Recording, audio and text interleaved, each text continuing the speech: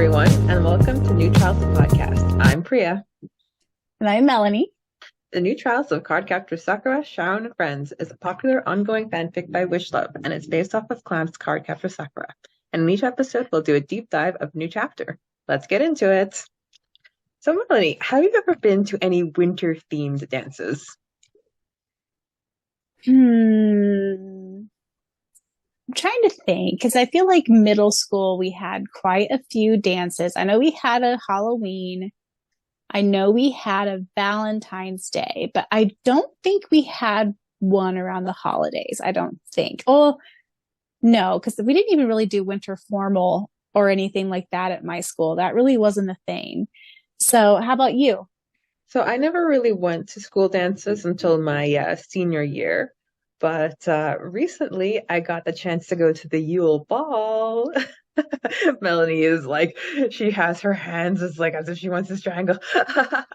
I am so insanely jealous, y'all. So it was a big Harry Potter themed event that came to Montreal, and it was in a church. It was beautifully decorated, all snowy, all lights, Christmas trees, and basically it was four animators, and they entertained us all night. And when the floor opened, the first thing they did was play like waltz music, and some people actually waltzed. And Cameron, he is trained in swing dancing. He hasn't been trained in waltz, but he knew like the basic holding, like how to hold and lead and stuff. So he waltzed a bit. I was like, hee, I'm waltzing. It was At the lovely. Yule Ball. At the Yule Waltzing Ball. at the Yule Ball. It was a delight. If you guys go to our Instagram, and I think it was like our last chapter, we talked about our guys' fashions, and you just click the Instagram links, you're gonna see pictures of Melanie's guy and then me and my guy, and that was actually us at the Yule Ball. So jealous. Kansas City never does anything cool like that. Like you guys also had like a super cool like Alice in Wonderland like escape room throughout the city thing, and like she always sends me all these cool things she's doing in Montreal, and I'm like, why don't I live there? Oh, it's because I only speak English. My Spanish would get me a zero. Yeah, so that is probably the winter ball to end all winter balls, and I am very satisfied in life. So cool. So cool. Ah, so today we'll be exploring chapter 14, The Winter Wonderland. This chapter was released in the summer or fall of 2000. It's 6,570 words, so just a bit shorter than the previous chapter. Everyone's in eighth grade, and it's a couple days before Christmas. Now on to the summary. The next day after the winter concert during PE, Sakura blacked out after getting hit on the head with a ball. Someone helped her and let her lean on him, and afterwards he cast a spell in Chinese to rapidly heal the swelling. On the night of the Winter Wonderland, Twister was causing havoc. While everyone was at the party, Sakura slipped out in order to capture it. Facing the force, she saw that it was even more powerful than before. Sakura sent Shield to protect the school. None of her cards were any match for it. Having difficulty with the force, Syaoran promised Sakura anything that she wanted if she knew how to capture it, and Sakura said the same had to go with him. When Sakura ended up in the Twister, Syaoran went after her, and they ended up in the calm of the storm. Realizing that she needed to use Windy and the maze to trap the nucleus, Sakura sealed the card. Tomoyo declared that their bet as a tie, as they each contributed to part of the capture. Back at the party, Sakura was asked to dance by Tamaki, a conceited class president and co-captain of the basketball team. She tried to find an excuse to get out of it. Just then the table collapsed, and he left since punch fell all over him. Sakura noticed a mischievous gleam in Sharon's eyes. That night, Sakura finished her embroidery project. Hmm. So, first of all, I think it is super frustrating. I know I'm jumping a little bit ahead here, but when Syaoran just straight up says like, "Oh, you got hurt? I didn't even know you got hurt." Like, why is he being so annoying? It's his split personality. He just wants to like, be too cool for everything. Uh oh sure. We'll get there. We'll get there. I love how right off the bat in this chapter we had the line, I was sure that Aaron was gonna ask Sakura. Yeah, I was pretty surprised he was going with Timeo. Like the first time I read this, I was like, really? But I guess it kind of makes sense because maybe Wish Chan's just kind of sitting on the fact, like she doesn't want to give too much away. I guess that'd be like my one guess. Yeah, and I think the chapter mentioned too that he's like going with her like as a thank you for inviting them to New York. Yeah. But I thought that was a little cute bit of foreshadowing. Yes, yeah, for sure, for sure. And I also liked seeing the scene where Sakura, Erika, and Meilin complain about Toya, Aaron, and Sharon respectively. Oh, that's so funny. So now I may have hated phys ed, but at least we never had to go outside and it was cold. Yeah, that I was trying to think about that too. And yeah, I think if it got below a certain temperature, we would just like go inside the gym and stuff. Yeah, and I completely forgot the scene where Sakura was knocked out. Like I had no recollection of that at all. See, I remembered that because again, my little medical hat, I'm like, she should have went and got a she should have got a CT scan because if it blacked out her vision and if it hit her that hard, she probably has a concussion. But I won't say anything in this chapter. It's like it made me wonder, did Wish-chan ever go through an injury like this? Because her details just kept going and going. Yeah, so I played basketball in middle school quite a bit. And since I was so tall, I was the center. So all I did was this. And I know one time I did get hit pretty hard with the basketball, and it did kind of bruise my face up pretty good. So yeah, I do wonder if Wish Chan must have played some sport or maybe know someone that had, but yeah, I agree. She really knew the injury pretty well and how it would heal too. I've always been super impressed with her knowledge of like how things heal. Cause if you have a bruise one day, it's not just going to be magically gone the next day. Like she describes it like starting to turn yellow, and even like, again, I'm jumping ahead a little bit, but when, I think it's Meilin, when Meilin hurts her ankle, she describes how Meilin, like even a couple chapters after that, is still having issues because her ankle was hurt. And I'm like, yes. Speaking of healing, so we have Sharon come to heal Sakura, and even though I didn't remember the scene, I'm like, yeah, I'm not surprised.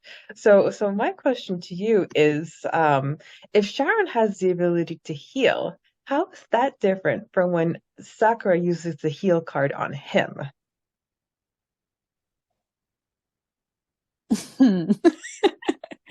my my only guess is that it's not really his. I mean, it is his magic, but my only guess is that it's some type of little like ancient Chinese spell that he knows from like back in the day.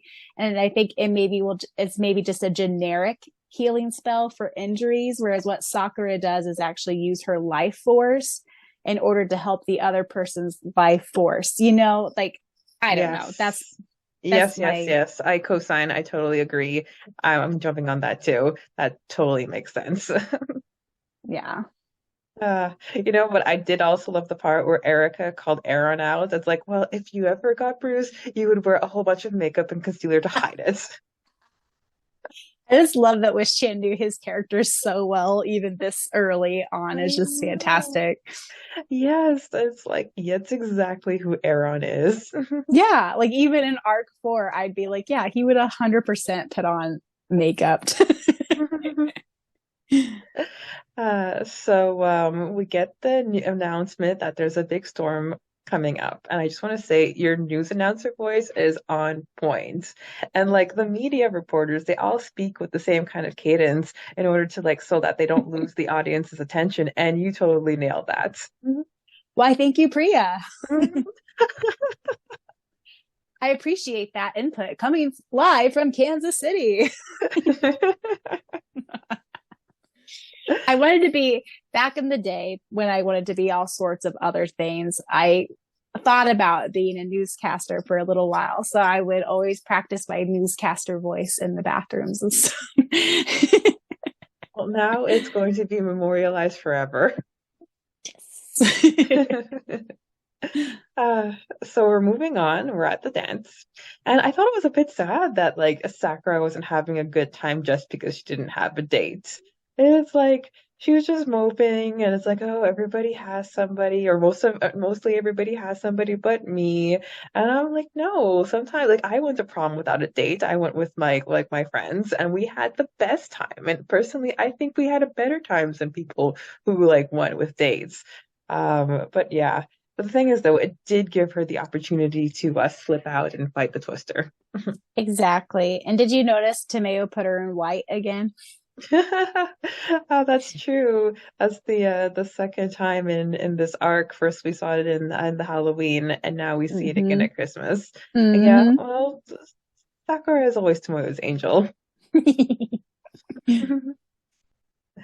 Okay, so when Sakura was fighting the Twister, I thought it was really interesting that every time she used the card against it, it just kind of like ate it up and just got bigger and bigger and bigger and more dangerous. So it really seemed that she was hitting a brick wall with that. That's when Tomoyo, Malin, and Syaoran came out. And I do remember the one thing I do remember from this chapter is Sharon's like deal with Sakura. It's like, oh yes, it's like if you figure it out, you can get anything you want because of course this is going to lead to the necklace. Yeah, and I think, in these bets they do with each other, they kind of continue on throughout new trials. And it's very much, I think, Wish Chan kind of building her own canon with them because the bets really weren't a thing in like original CCS. Like that wasn't something Sakura and Shaoran ever did. So I love the fact that she's like expanding their characters, creating their own canon for it. Because this is definitely something that happens again and again and again in new trials. And I just love it. I love it. Yeah, because like even though they work together, they're still rivals in a sense. So that kind of keeps the rival spark. Like I bet my way is going to be better than yours. Okay, you're on. Mm-hmm. Mm-hmm. So cute. I love it. Their Eye of the Storm strategy was very good. But like I was just thinking, just imagine being in their POV with everything swirling around you. It must have been quite some image. Have you ever seen the movie Twister? Yeah, yeah. So at the end where they're tied on the thing and they're in the middle of the F5 tornado. Like that's kind of what I was imagining in my head is like what they were seeing, except it was like snow and debris but I could not for the life of me when I sat down to record the audiobook version of this chapter. I knew they sealed the Twister in this chapter, but I could not remember how. Like Yeah. I remembered the twisting with the music because I always really liked that scene, but I was just like, how do they capture this? I do not remember. We'll get into that in Dark Horse's Corner for sure. Mm-hmm. But I really like the scene where Sharon was like, Sakura, you have to use like your mind power to like really hone in on the nucleus. So it's like this is how he helps her grow as like he yes as a sorceress, and I love that. Mm-hmm. Mm-hmm. Yeah, for sure.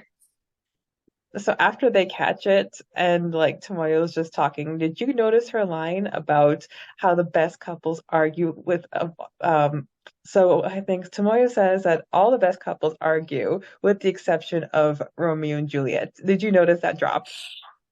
Oh my God, I did not. Yes, Tomoyo mentions Romeo and Juliet in this chapter. Oh my God, that went completely over my head, but that is so cool. Yes, yes, because in the arc two, it's like around the corner, and that's when the auditions are really going to start. Yes. Ah, such a good pickup, Priya. Oh my God.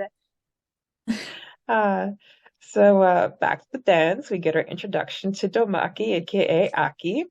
And we don't know much about him except he's a class president and he's a basketball team captain and he's got a certain ego to him. And just like seeing the first time and how what he's gonna grow into, it just makes me like so excited. I know, like honestly, he's one of my like I know I say this every time we talk, but he is up there for me on like my favorite original characters that she's created. And I think I remember reading Wish Chan once said he was only supposed to be in this chapter and that was it. He was just supposed to be a one-off character. But then like she decided to bring him back again. Is it the racetrack? I think is when he makes kind of his second appearance because that's when we meet his sister Arima. And then she just kind of said, then he just kind of just started taking on a life of its own, and yeah, I do enjoy him. Okay, I know we're jumping ahead a little bit, but I gotta know. Do you ship him with Miho? Or who do you ship him? Or do you ship him with Tomeo? Oh, if I had to ship him with somebody, I would have to ship him with Miho because they definitely have the same like work ethic and they can do really amazing things together.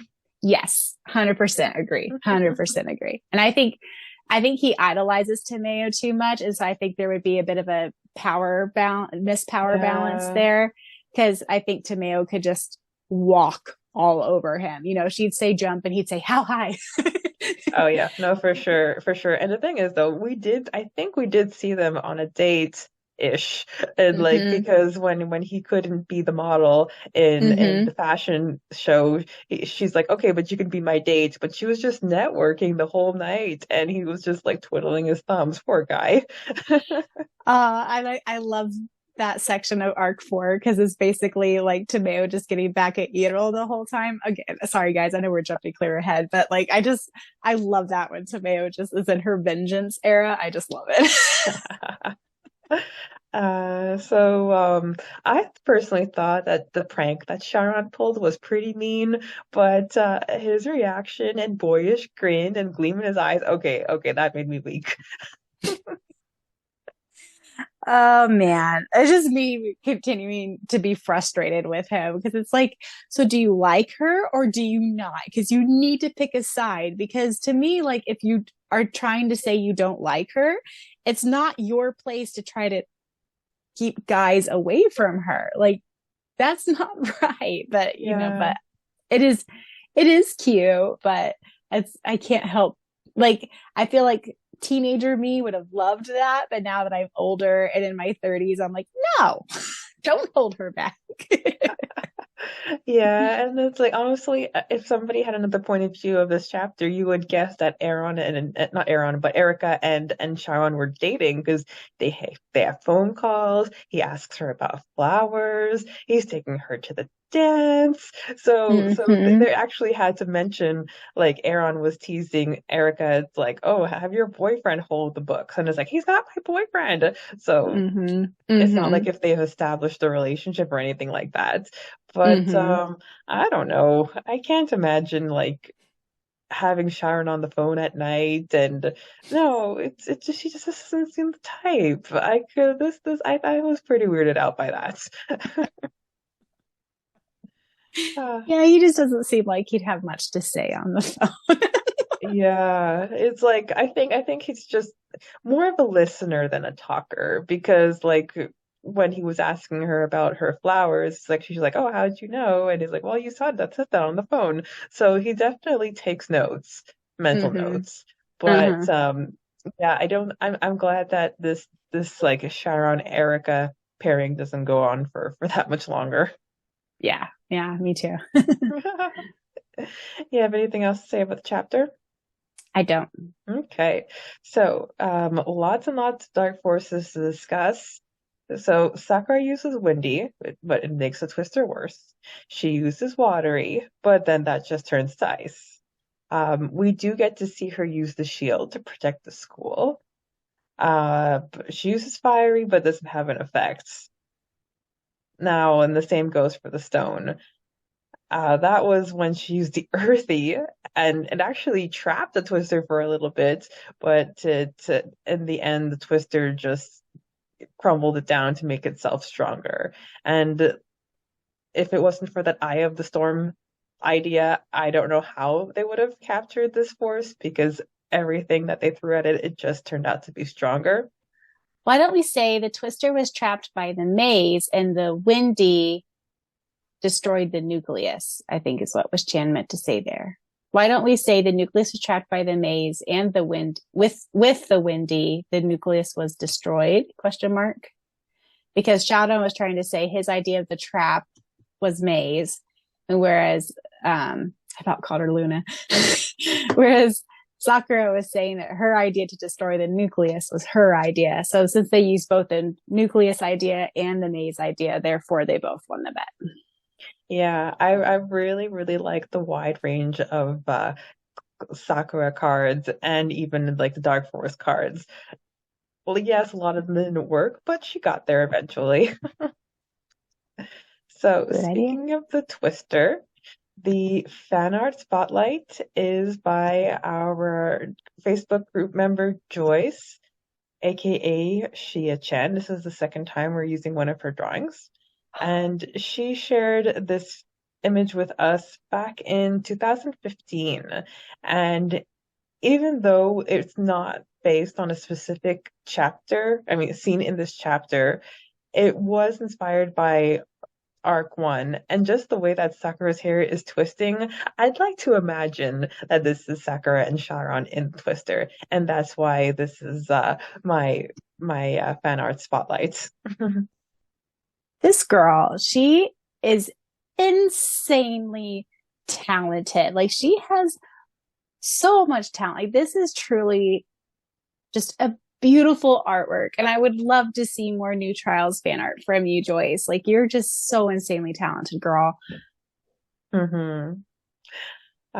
Thank you for all of the artwork that you shared with us. We're going to be linking her Instagram over at our Instagram. So definitely give her a follow. Yes, show her all the love, guys. Okay, moving on to the author's notes. All right, so we have the Winter Wonderland passed over safely. I bet many people want to kill me for not putting Sakura and Syaoran together for the dance. You may wonder why Erika and Syaoran went together, while Eren and Sakura didn't. Maybe Eren knew that Sakura would be occupied that night. Who knows?